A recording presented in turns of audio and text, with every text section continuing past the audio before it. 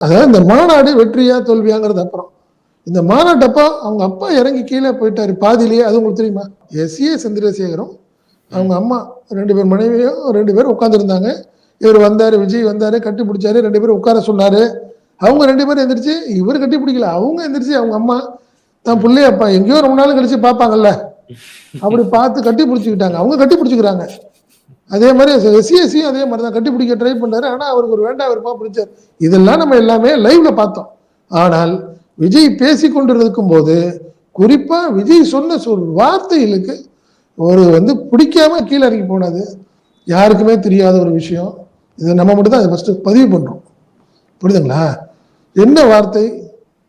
Uncle Stalin அப்படிங்கிற ஒரு வார்த்தை.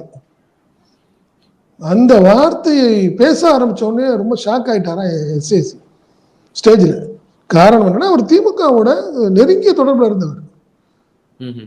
நெருங்கிய தொடர்பில் இருந்தாரு. குறிப்பா கலைஞரோட பல நிகழ்ச்சிகளில் கலந்துருக்கிறாரு. கலைஞருடைய பயணம் பண்ணவர் எஸ்ஏசி. விஜய் அவர்களே, உங்களை உருவாக்குறதுக்கு உங்க அப்பா எவ்வளவு கஷ்டப்பட்டாரு. அவருக்கு மிக உறுதுணையா இருந்தது திமுகங்கிறது விஜய்க்கு தெரியுமா தெரியலன்னு தெரியல.